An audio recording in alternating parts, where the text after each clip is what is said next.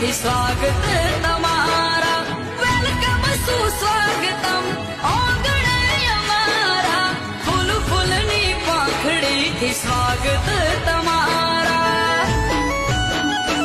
આ ભાવ ભર્યું નિમંત્રણ અમારું સ્વીકારો